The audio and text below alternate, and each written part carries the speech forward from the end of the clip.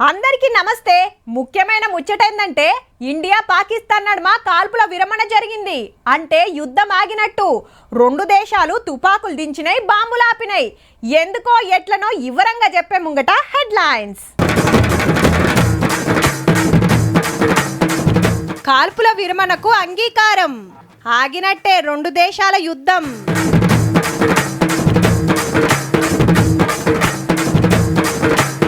సోమవారం నాడే పెద్దల చర్చలు. గట్టిగానే పెట్టాలే మన డిమాండ్లు.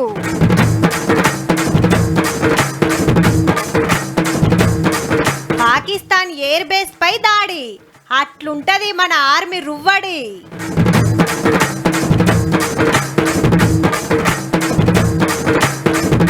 ఫేక్ వార్తలతోటి గాయ్ పక్క దేశానికి లేదు సోయి.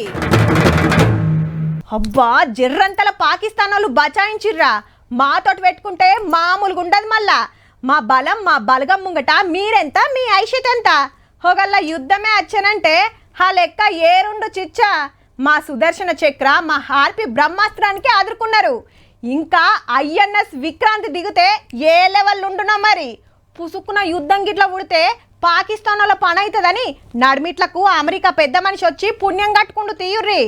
ఆపరేషన్ సింధూర్ ఆగింది కాబట్టి ఇగనన్నా నిమ్మలంగా ఉండుర్రి జరా. 3-4 రోజులు టగ్ ఆఫ్ వార్ నడిచినాక ఇవాళ మాపటిలు 5 గంటలకు కాల్పుల సప్పుడు బంద్ అయ్యింది. అటు పాకిస్తాన్ వాళ్ళు ఇటు మనోళ్ళు తుపాకులు దించిర్రు, బాంబులేసుడు బంద్ చేసిండ్రు. రెండు దేశాల పెద్దలతోటి మాట్లాడి చర్చలకు తొవ్వసాపు చేసింది అమెరికా. యుద్ధాలొద్దు, బాంబులొద్దు, కుక్కని మాట్లాడుకోండి, నడిమిట్లా మేముంటామని ముంగట్టుకొస్తే దగ్గర 48 గంటలు చర్చలు చేసినాక సరే అన్న ఈ రెండు దేశాలు. పాకిస్తాన్ మిలిటరీ ఆఫీసర్ మన మిలిటరీ ఆఫీసర్ కు ఫోన్ చేసి మేము తుపాకులు తీస్తున్నాం, మీరుగిన కాల్సొద్దని కోరితే ఒప్పుకున్నారు. ఇక ఎల్లుండి మళ్ళొక పార్టీ చర్చలు ఉంటాయట. తర్వాత ఏం చేయాలనే దాని మీద both sides would stop all firing and military action on land and in the air and sea with effect from 1700 hours Indian Standard Time today. Pahalgam లో మన టూరిస్టులను టెర్రరిస్టులు చంపిన కంచెల్లి వాళ్ళకి మనకు టగ్ ఆఫ్ వార్ నడిచింది. మొన్న ఆపరేషన్ సింధూర్ పేరుతోటి పాకిస్తాన్ లో ఉన్న ఉగ్రవాదుల అడ్డాలు లేపేసినాక ఇంకిత ముదిరింది. రాత్రిపూట మన మీదకి పాకిస్తాన్ ఆర్మీ డ్రోన్లు మిసైల్ కొట్టుతోటి ఇటుకెళ్లి మనోళ్ళు అంటించుడు సురువు చేసిండ్రు. వచ్చినట్టు వడగొడుతుంటే పక్క దేశాలకు సుక్కలు అగుపడ్డాయి. ఇక ఇవాళ 8 ఆర్మీ సెంటర్లు నేసి పడేసిర్రు మనోళ్ళు. మిసైళ్లతోటి రప్ప కొడుతుంటే గింత కబరే లేదట పక్క దేశానికి. మనుషులకు ఎవరికేం కాకుండా మిషన్లు రాడర్లు మొత్తం పొరక చేసి పడేసిండ్రు. Our operations have been aimed exclusively at terrorist camps and facilities being used for anti-India activities. No religious sites have been targeted by the Indian Armed Forces. ముందే సింధు నీళ్లు బంద్ పెట్టినాం, సరుకుల సప్లై ఆపేసినాం, గాలి మోటార్లు తిరగనిస్తలేము, ఓడలు రానిస్తలేము, ఏడకింత సందు దొరకనిస్తలేము. ఇంకో దిక్కు పాకిస్తాన్ లోనే బల్చిస్తాన్ తిరుగుబాటుదారులు జోరు పెంచి ఆర్మీ మీద అటాక్ చేసి మెయిన్ సిటీలను అమ్ముకున్నాడు చాలా అయ్యింది. అటుకి లాళ్ళు ఇటుకెళ్ళి మనం ఒకటే పారు ఒత్తిడి వచ్చే వరకు పాకిస్తాన్ సర్కార్ కు వశపడకుండా అయ్యింది. మళ్ళా మన కొట్లాట టెర్రరిస్టుల మీద కాబట్టి దునియా దేశాలు మొత్తం మనకే హిమ్మతి ఇచ్చినాయి. కోచింగ్ చేయబోతే కొండైనట్టే అయ్యే వరకు రుబాబ్ తగ్గించుకొని శాంతి అనుకుంటా బయట దేశాలను బతిమిలాడుకున్నాడు పాకిస్తాన్ ప్రధానమంత్రి. వాళ్ళు మనోళ్ళని అడిగితే చెల్ ఊకుకే గిలిగిచ్చి కయ్యం పెట్టుకుంటుంటే ఎన్నేళ్ళని చూసుకుంటుండాలి. దేనికైనా మేము తయారని ఆర్మీకి ఫుల్ పర్మిషన్ ఇచ్చి అతారు మొత్తం తీసి రెడీగా పెట్టే వరకు అదురుపుట్టినట్టుంది. ఆఖరికి అమెరికా అధ్యక్షుడు ట్రంప్ సారు, చిన్న అధ్యక్షుడు వాన్స్ సారు మన దేశంలో ఉన్న ఆ దేశం ఆపేశారు. ఒక్క తీర బతిమిలాడితే సరే అన్నది మన సర్కారు. అటు పాకిస్తాన్ వాళ్ళు ముందే సరెండర్ అయ్యారు కాబట్టి మాపటిలు 5 గంటలకు కాల్పులు బంద్ అయినాయి అన్నట్టు. మరి సోమవారం చర్చలలో ఏం మాట్లాడుకుంటారో గానీ యుద్ధం రానందుకు ఊపిరి పీల్చుకుంటుండొచ్చు పాకిస్తాన్ వాళ్ళు. అయితే ఇండియా పవర్ అంటే అట్లుంటది మళ్ళా.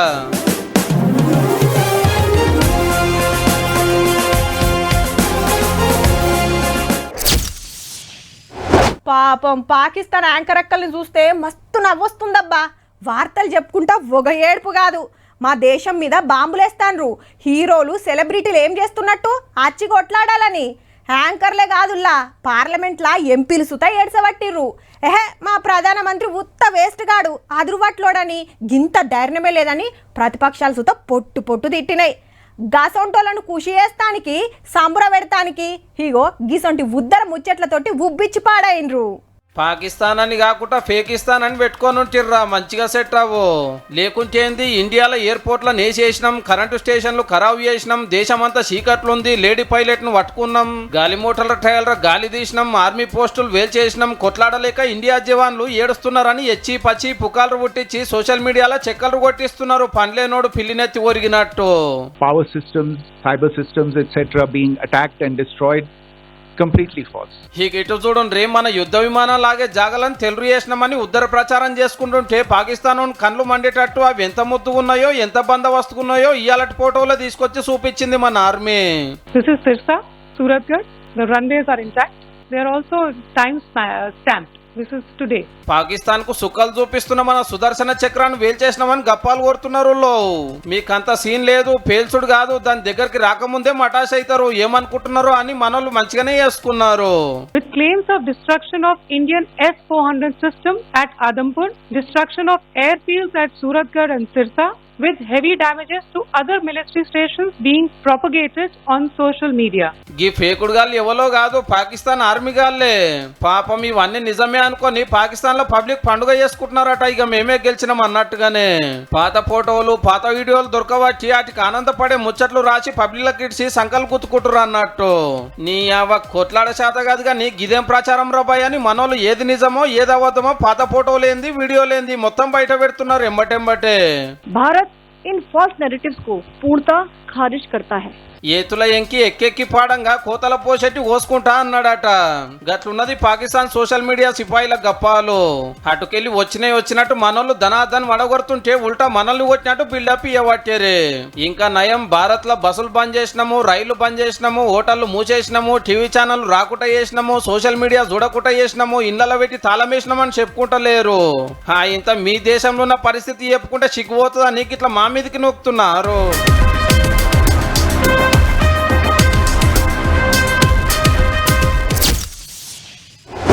ఒకటోది తుస్సు, రెండోది తుస్సు, మూడోది తుస్సు, నాలుగోది గిన తుస్సు తుస్సు. నీ అవ గిన్ని మాటల యుద్ధం చేస్తే అన్ని మాటల ఓడిపోయిన చెత్త రికార్డు పాకిస్తాన్లోదే కావచ్చు. పో ఉండకాడు ఉండక ఊకుకే కయ్యానికి కాలు దువ్వుతంటే మనం ఊకుంటామా మరి? దొరికినప్పుడల్లా జంపుడే జంపుడు. 5వ పరిస్థిత తుస్సు అవుతుండే కానీ శాంతి చర్చలకు వచ్చి చల్లబడ్డరు. కానీ రాత్రే ముద్దర్కం చేసిండ్రో చూడుర్రీ.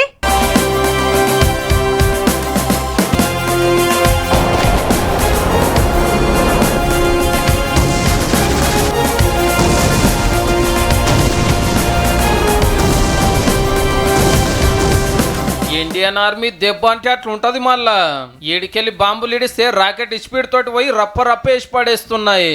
కాశ్మీర్ బార్డర్ ఇవన్నీ ఉగ్రవాదుల లాంచ్ ప్యాడ్ అడ్డాలు. అంటే ఆడికెళ్ళి మన మీదకి బాంబులు సూటి పెడతారు అన్నట్టు. ఏడేడ ఏమున్నాయో మనోళ్ళు గుర్తుపట్టి ఇట్లా పొతం పెడుతురు అన్నట్టు. పాకిస్తాన్ బిర్రుతోటి తక్కువ పరిశాన్ చేస్తున్నారా మరి? అటుకెళ్ళి బాంబులు చిన్న చిన్న రాకెట్లతోటి కొడితే మనోళ్ళ ఇండ్ల పరిస్థితి ఎట్లున్నదో పొరక చేసి పాడైతున్నారు. టెర్రరిస్ట్ బడవేగాలే అనుకుంటే పాకిస్తాన్ జవాన్లు కూడా రూల్స్ తప్పి attack చేయబట్టారే. Pakistan has attempted multiple air intrusions using drones and conducted shelling using heavy caliber RT guns, targeting civilian infrastructure and killing some civilians. ఏం మంచిగా చెప్పి తినేటట్టులేరని అడ్డాలు లేపేసే కార్యం దిగ్విజయంగా నడుస్తుంది అన్నట్టు. ఇటు చూడండి, ఇవన్నీ పాకిస్తాన్ నోడు కొట్టినాయే. కాశ్మీర్ కంచి సురువు చేస్తే పంజాబ్, రాజస్థాన్, గుజరాత్ దాకా రాత్రిపూట పెద్ద పెద్ద డ్రోన్లు పంపుతున్నాడు. ఏమంటే మనోళ్ళు కరెంటు బంద్ చేసి మన అతాలతోటి కౌంటర్ అటాక్ చేస్తే ఆడు పంపిన బాంబులన్నీ తుప్ప కూలినాయి. తెల్లారంగా చూస్తే ఏడ చూడు బాంబుల ముక్కలే. తుడకలు ఎట్లా పడ్డాయో, చిన్నవి పెద్దవి బొచ్చడు దొరికినాయి. అటు పవర్ ఎంత పతారెంత తెలుసుకోవడానికి టెస్టింగ్ల కోసం పంపుతున్నారు. ఒకలా ఇవన్నీ ఇండ్ల మీదనో పబ్లిక్ మీదనో పడితే మస్తు నష్టమవు మరి. మన ఆర్మీ హుషారుండి టెక్నాలజీ తోటి ముందే కనిపెట్టి ధనాధన్ గుచ్చి పడేస్తుంది అన్నట్టు. యుద్ధ విమానాలుండే కాశ్మీర్, పంజాబ్ ఎయిర్ బేస్ మీద అటాక్ చేయబోతే మనోళ్ళు గెట్టు దాకా కెదిమి కొట్టేండ్రు. पाकिस्तान ने हाई स्पीड मिसाइल सुबह 1:40 पर इस्तेमाल करके पंजाब के एयर बेस स्टेशन को दागने की कोशिश की. పొద్దుందాకా తక్కువ గానీ రాత్రి 8 అయిందంటే చాలు అటుకెళ్ళి డ్రోన్ బాంబులు ఉరుకొచ్చుడు, ఇటుకెళ్ళి మన జవాన్లు తుడకలు చేసుడు. 3 రోజుల సంది ఇదే కథ.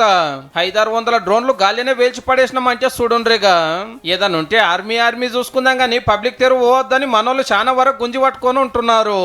లేకుంటే మనకున్న బలానికి బలగానికి పాకిస్తాన్ వాళ్ళ పని ఎప్పుడో అవుతుండే.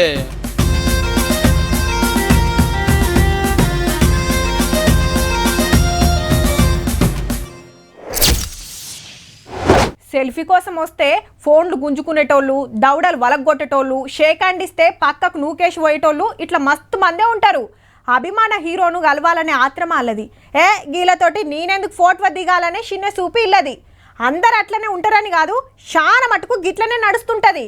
ఇక పని మీద ఎమ్మెల్యేని కలుస్తానికి పోతే ఉన్నా లేడని పంపిస్తారు.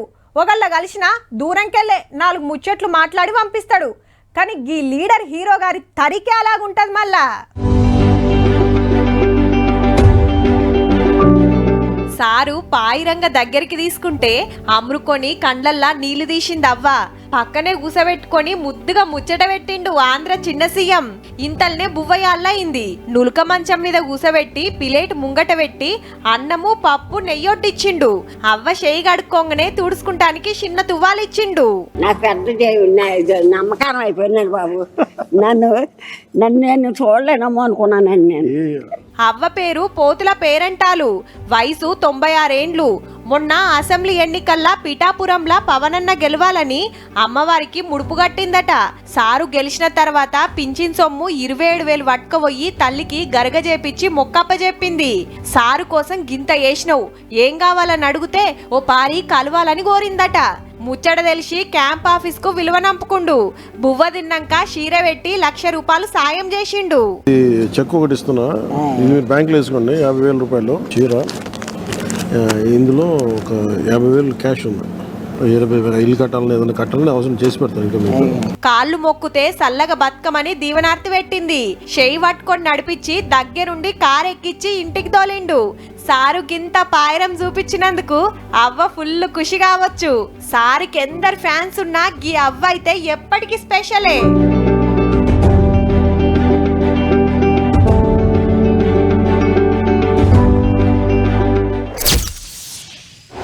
ఇప్పుడు మీ దగ్గరకు ఒకరు అప్పు కోసం వచ్చిండ్రులా, అడగంగానే ఎమ్మట ఇచ్చేస్తారా? గా పైసలతో ఏం చేస్తారు? దందా పెడతారా? లేదంటే ఇల్లు కొనుక్కుంటారా? బిడ్డ పెళ్లి చేస్తారా అనేది అడుగుతారా? మళ్ళా రేపటి నాడు తిరిగి కట్టగలుగుతారా? కట్టకుంటే పైకం ఎట్లా వాపస్ తీసుకోవాలని ముందే చూసుకుంటారు. ఎట్లా చూసుకున్నా ఓ మంచి పనికి ఆసరైతామంటే ఇయ్యొచ్చు. కానీ ఏ పని చేయ శాతగానోళ్లకు, తిని తాగి పండేటోళ్లకు, పత్తాలాడేటోళ్లకు తెలిసి ఎవరన్నా అప్పిస్తారా? అయినా ఇచ్చినందుకే గీ వార్త. పాకిస్తాన్ ప్రధానమంత్రి గారు ఇవాళ పండుగ చేసుకుంటుండొచ్చు పో. మాయమాటలు చెప్పి మందిని బోర్లేసి అప్పు పుట్టించుకుండు. మళ్ళా దేశాల డెవలప్మెంట్ల కోసం బాకీలు ఇచ్చే దునియా పైసల సంఘానికి అర్జీల మీద అర్జీలు పెట్టుకొని సత్యతట్టున్నామని కాళ్ళేళ్లు మొక్కితే సరే అని ఓ 8,500 కోట్లు సాంచినయింది. మన లెక్కలైతే 28,000 కోట్లు. ఇక ఒక మురుసుడు కాదు, మాకు పైసలు వచ్చినాయి అని టెర్రరిస్టులను దాదేటోళ్ళకు సాయం చేసుడైంది. ఈ పైకం మళ్ళీ ఉగ్రవాదులకే తలగ పెడతారు, ట్రైనింగులు ఇస్తారు, మా మీది కుసిగొల్పుతారని మనోళ్ళు నెత్తి నోరు కొట్టుకున్నా లేగి ఒక్కపారి చూద్దామని ఇచ్చిర్రట. గీంత మందం రాకుంటే నెరి అధ్వానం అవుతుండే వాళ్ళ పని. ఇప్పటికే దేశం దివాలా తీసింది. తినటానికి తిండి లేదు, చేస్తానికి జాబులు లేవు, సరుకులు సౌదలు పీటానా పీరం. కిలో బియ్యం 350, కిలో చికెన్ 800, లీటర్ పాలు 220 బలుకుతుందంటే చూడుర్రిగా. గోధుమల కోసం అయితే యుద్ధాలే జరుగుతాయి ఒక్కొక్క పారి. అల్కగా చెప్పాలంటే బీడి బిచ్చం కళ్ళు ధర కథ. మరి పబ్లిక్ గింత గోసపడుతుంటే సర్కార్లు ఏం చేస్తున్నాయి అంటారా? వచ్చిన ఆమ్దాని మొత్తం బాంబులకు, తుపాకులకు, మిసైళ్లకు ఖర్చు పెడతాయి. దేశం ఆగమైన మంచిదే, భారత్ మీద కొట్లాడిందే కావాలని వెనకటికి వెళ్ళి జిజ్జు గట్లూరుకులాడే. ఇప్పటికి 4 మాటలు ఓడిపోయినా మళ్ళా కయ్యానికి కాలు దువ్వబట్టే. ఇకనన్నా టెర్రరిస్ట్ గాళ్ళని సాదే పాపిస్ట్ పనులు చేయకుండా గా పైకం పబ్లిక్ అక్కర్లకు ఖర్చు పెట్టుకోర్రా నాయనా.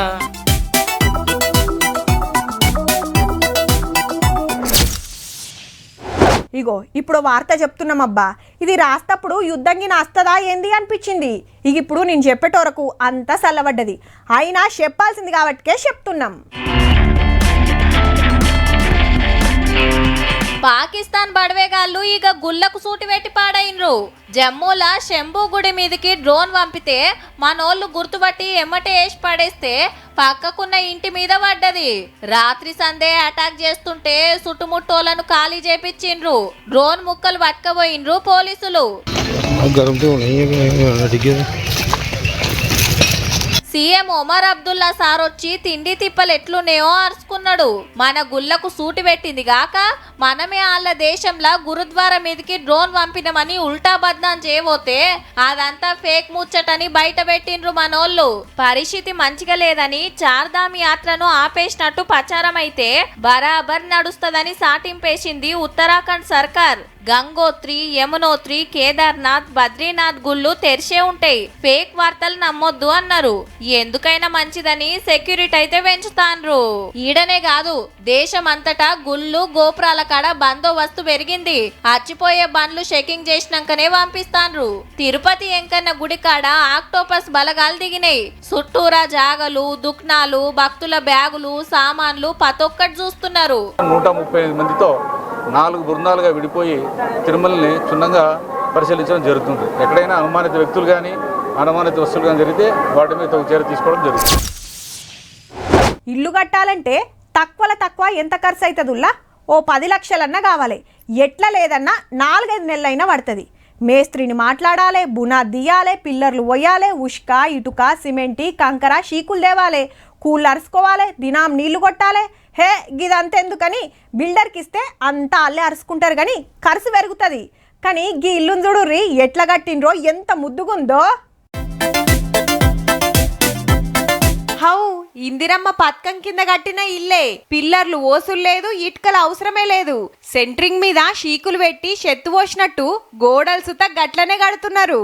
75 గజాల ఇల్లు 6 మంది పనోళ్ళు 15 రోజుల్లో కట్టేస్తున్నారు. అది సుత 5 లక్షలకే. అంటే సర్కారిచ్చే పైకం తోటి ఎదురు రూపాయి ఖర్చు లేకుండా సొంతిల్లు కట్టుకోవచ్చు. కన్వెన్షనల్ లో ట్రై చేసినట్లయితే ఆల్మోస్ట్ మీకు ఒక 8 లక్షల వరకు అవుతుంది.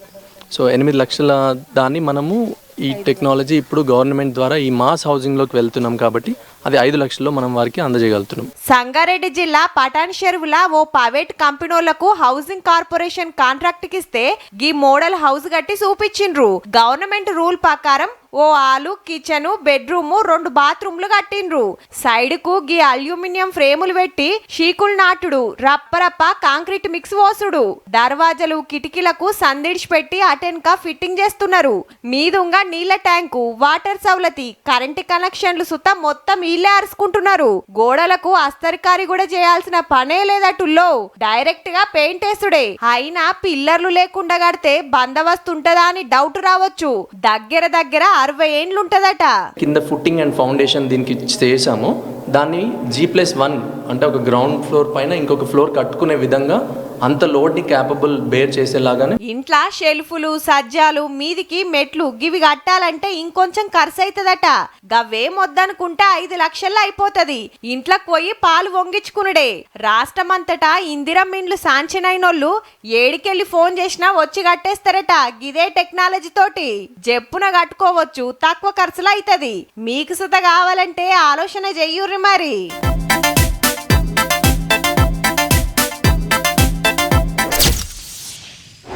అమరన్ అనే సినిమా చూసిండ్రు అబ్బా, మస్తు ఉంటుంది. మొత్తం జవాన్ గురించే.